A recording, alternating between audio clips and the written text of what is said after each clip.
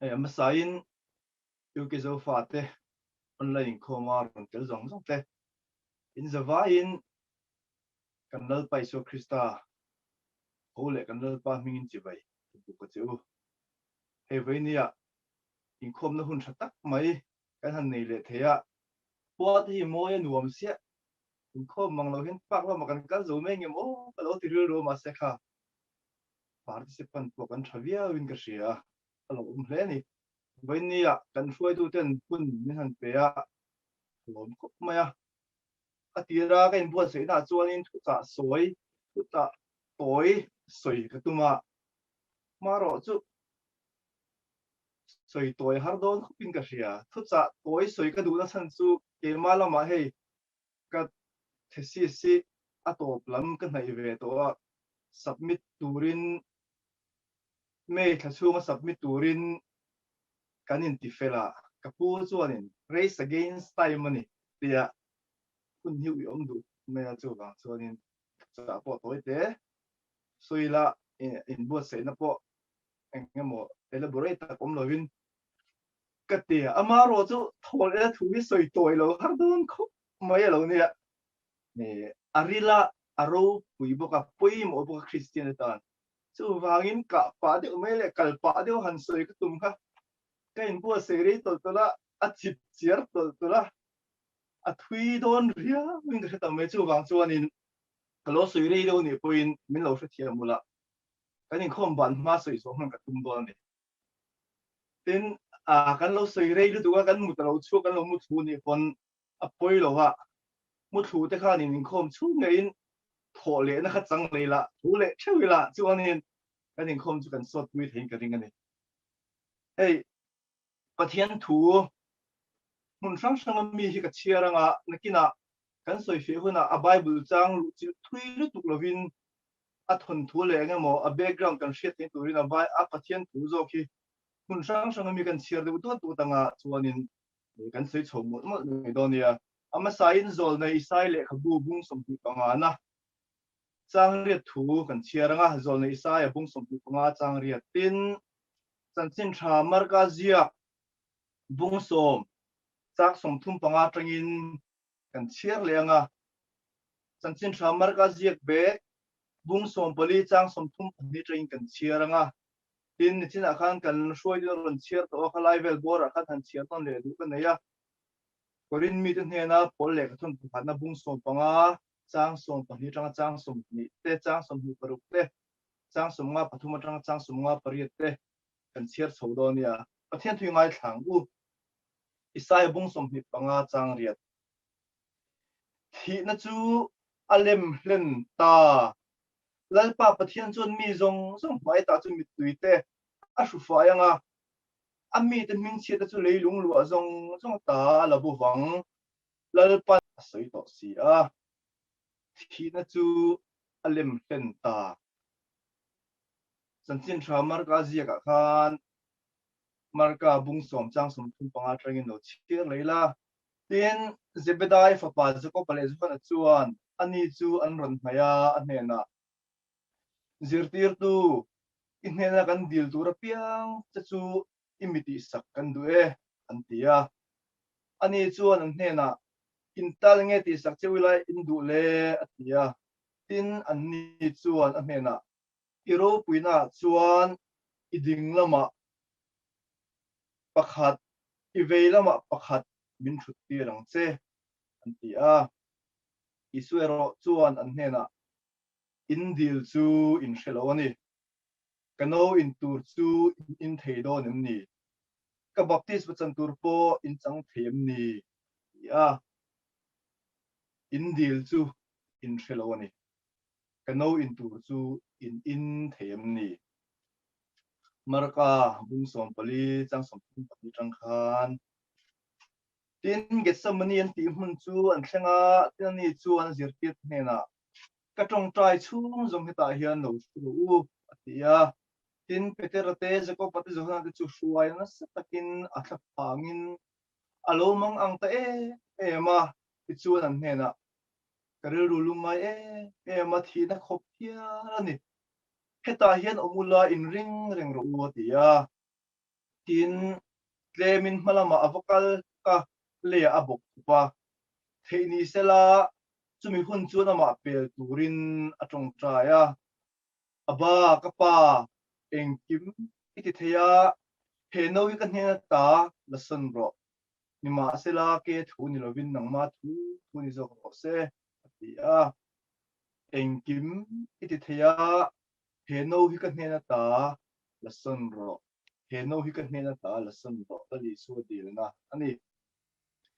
korin thon khat bung som panga chang som pahni tang khan an chiar leila in Krista thu mithi zinga ta kai thuin a umti an hril si chuan eng pi zinga in zinga then khatin mithi tholina reng reng a om lo ti ni mithi tholina reng reng om si lo chuan Krista ko kai thuin a om lo wang tin Krista kai thuin a om lo chuan kan thu hril engma lo ani anga in rin po kha engma lo ani bokang ani Krista akai tho ti pathian kan hriat pui awang khan pathian lam thua hriat pui tu thei kan lo ni bokang mitti te kai thoan om lo chuan ama po akai tho lo bang chu mithi te kai thoin anom si lo chuan Krista po kai thoin om lo bang tin Krista kai thoin om lo chuan in rin chu engma lo ani anga in sual na in la om fo ani ang chu ti ani chuan Krista mu hil to te khan boral ta ani ang tundam chung chu Krista chung be sin kan nei chuan mi zong chunga khongai thla ber kan lu ni ang ni ma sela Krista chu mi thizing ta kai thu in a tak zeta mu hil te thom hruai tu alo ni ta ni ma sela Krista chu mi thizing ta kai thu in a tak zeta mu hil te thom hruai tu alo ni ta chang som hi parupa mel man nung berti bo tu chu hi na hi ani chang som nga pathamatang khan he troi thei hian troi thei lo na sin tur ani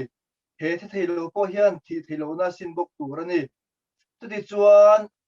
he troi thei hian troi thei lo na asina he thei hian thei lo na sin huna chu mi huna nge chuan ni na in ne na thi na lem zo ta ti tu ji ki lo thengang o thi na i ne na chu khwe nge om ta o thi na i tur chu khwe nge om ta thi na tur suwal ni a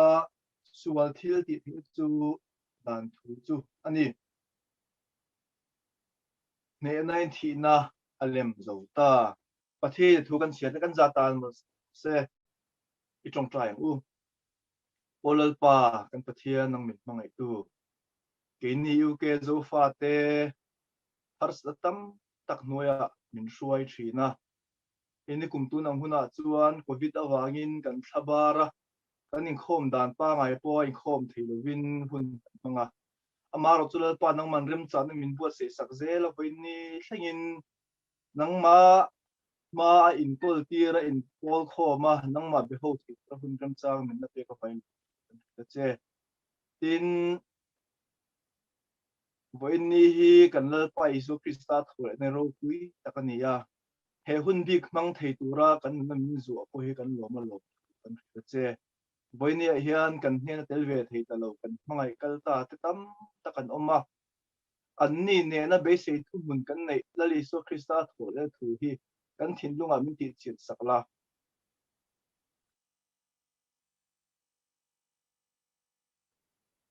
thole na zidik tak kan nunina apua a hriata chu mikal tlang chuan he phovela har satna kan to thin te kan ma chhuna ne tu kan lo ni ve the turin kan thin lunga nang ma tharin thole nom jiam hret nun ti rang che kan in khom chung zongin kan ngai tu na la peng te thil dang thlo la pa te min veng la he in khom atang hian thlok na le mal so ma tam tak dong the turin min bu se thar khrawng che kan lal pai su Krista mingin kan di le amen hey kan soi tongin thole na thu hi Christian de zirtil lai mu ain ma na pui mo ber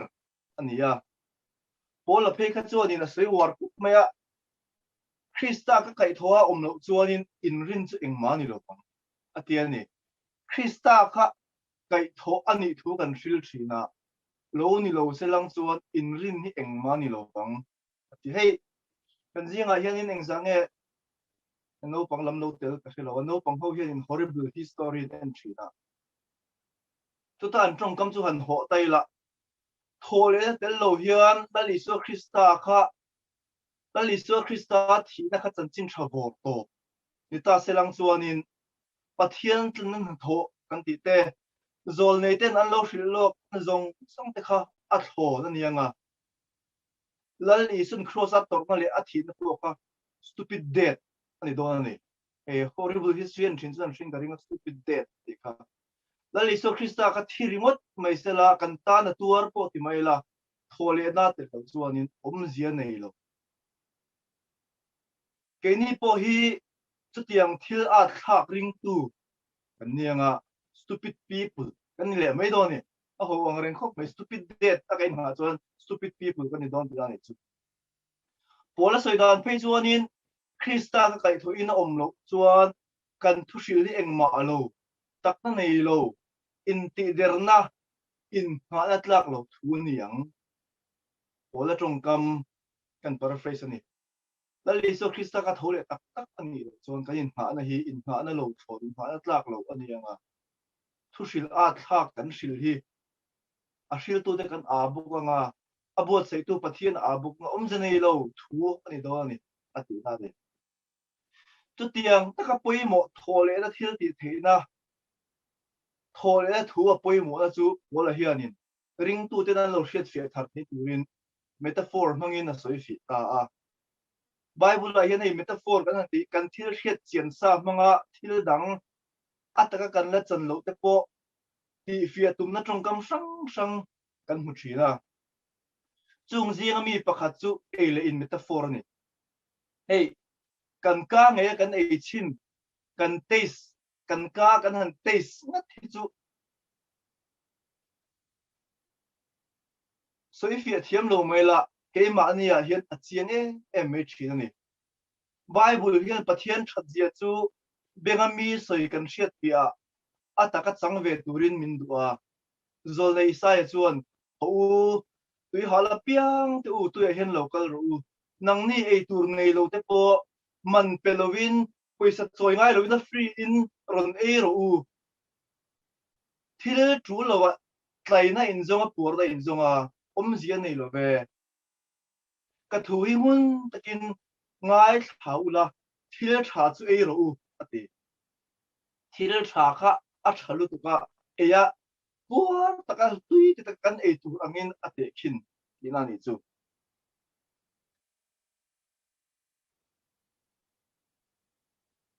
thil tha a soi kha a that zia fin fia ngam verify ngam assurance pe ti la ni chu de berana hei sama po kan huwa I thu dei ka ta na wa thum em ka tan chuan khoi zu ai thum zo he pathian thu thum zia soi tu hen rin thu soi lo a ton hria ta changin a ton na thaber te khin na na mangin I thu hi ka ta thum ani tin a soi ni hei la Isu Christian tlang chunga thu soi po khanin eng thol na thu bia chiut kan ti kha soi thuwa ri ro re the chu denga thole ati te kha to pa khanin felna real drama tui hal te an eng athole an na tlai don sia eile in atlai hi thil thaber chang din munlung oi thak le tha soina ania ni china khanin isko zirtir te pani na li so mena until bil chiara lalpa iro puina thlen huna chuanin iding lama din mun thapera din tin tir la o kira ma chon din mun thapera min din tir la pakhat iveila ma ka thunga pakhat lama khata an ngai tu na kha messianic banquet antia messial rama chuanin messi hovin ruayan thenga messi la choi moi du a deputy ta na man du te kan ti don ni a choi moi du chu pula thu ra su tuwa khang zong zong phe na khan eile in atilani hei mizo te boy christian kan ni ma hianin kan thi nu thu suang tu na hianin kan khen the kan suang tu top chu van rama chuan opera la chuan faisa kan ti kha ni eile in hianin thili lo soi kan thi nu the point eile in atlai pur da hi kan be sina alo ni ina ni chu hei kan hriat na kan senses dang ti ain kan ka ina an e an te si chu alo chiang bi khop mai lo nia khop pakata ram chuaka ti chuanin ram hnuai khan palo maya an en thina tam sia emi ni le ni lo si lo a kan hon thot te nga tia a hon ta chuanin a tui mel bok sin tin kan tia o tia chu mea an siam ta ni an han bu chira rim kha tuiet ar sang me ti chu me ma se an en ri ko chu e chi ni le ni lo an thilo wa a tui mel kha ni maya ari ma tang riwut chuanin a tui mel kha ni le riwut meya e chi ni le ni lo khan chung lo ni pa kha chuanin so e tu ren ran thu khom tan chung tu kha pa berin hei kan pa hon hi kan la mu ngai lo ni a tui mel khop me ma se nga ma e so ta thei chu wang chuanin ke man ke e ma sa beranga min lo ngai chang lo pum na e mo enga mo ke ma thil thalo lang chuak a om lo chuanin kan vai kan e don nia enga mo om chuanin kan e ve lo ula min lo ngai chang don nia atia phim hur de umain an suaka an hopa a hopan lem ruwa khanin ameng ko thal top mai ni khu shelo in chuat a han let tareng maya nu ber hlau thong tu ka da fa de kha lo ei ves u ti po du tok lo an bal bel kha bel chopin a choi chuaka po na tlan chuakuya khama bel chopin alu ta ni a hlau thong kha ni ti chuan then om ten an thom an hring ti ziangen tin ron kala an ron ngai ven sap pa ber chu ti har tu min ron boi puya da kar chan ven nu vera pa ber kha aron meng deuh ta ruwa chuanin a chawhme bel khat in chawhme kha hmu ta si lawa an nu bula khan khonge pa kha atia an nu khanin a bel chawpin khama ka pe dei nga tinge atia pa ber chu a tui lu tu a poi khop mai kha pa kha ei chin phuta a tui je chiang tu chap ania ma se ei lo tan chuanin a tho da kha thi da tur kha ang tlat mai ni pa bera thal top to ngai kha tho lo wa an en ringot chuan ani na tak an thelo wa ari ma tang ringot chuanin eng angin nge mishinga tho ton an si lo wa a tui na khan threp lo wa a ei tu om dan mitan hua ngai dan an siama wangin kha pa kha ei sual thei pa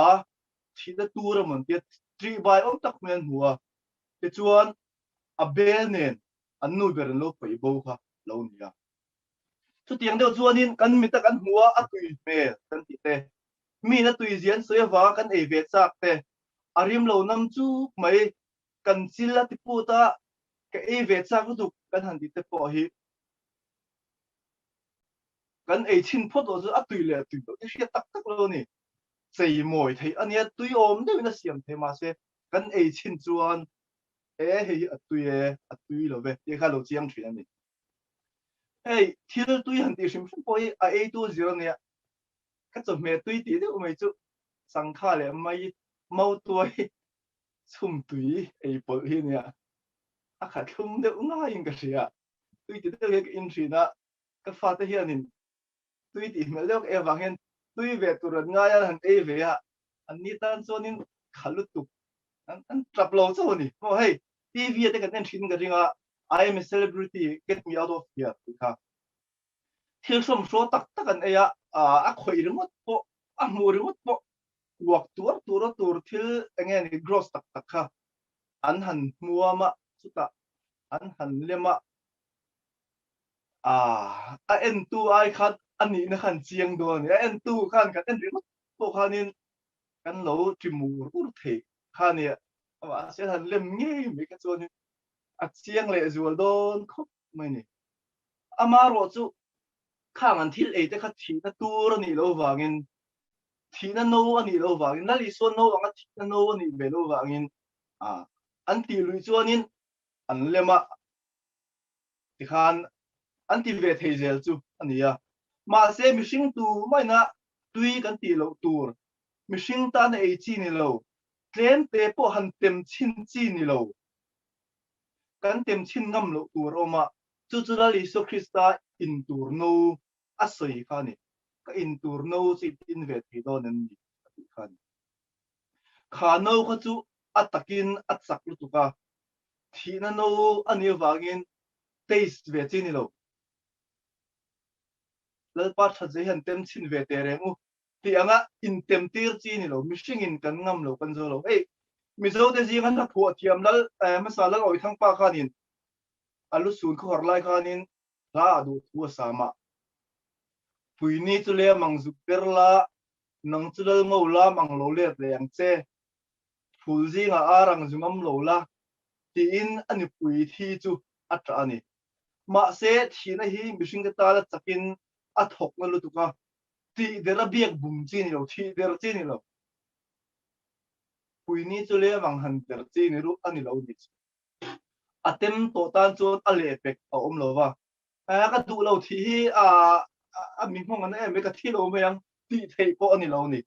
chu mai ni lo wa thi na hi a buwa se tu ni po se ma arap tha ka thi na hian thi lo te po min fan dan ri e mani kan thi chan kan thi pui shin chin ang lo ma se la thi na in mishinga tho dan chin ang ka ani se chon thi hi ho vak lo wa thi ve thei lo han ti thei ni lo reng reng ani celebrity kan an ti ho te po ka ni thil from show tak tak chun ei ma se thi na no thi na tur tu in se lang chon ei se lang chon in celebrity ni wango ta dam reng thu om lo reng reng ani hi chu selep ani thi ti lo wang ti chi lo selep ka thi na hi a thler lo hrim hrim ani hei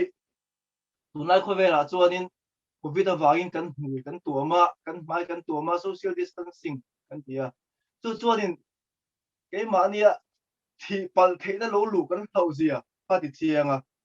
engwange kan ti chuanin thi na hi mishing tan chuanin pola tong ka man no taila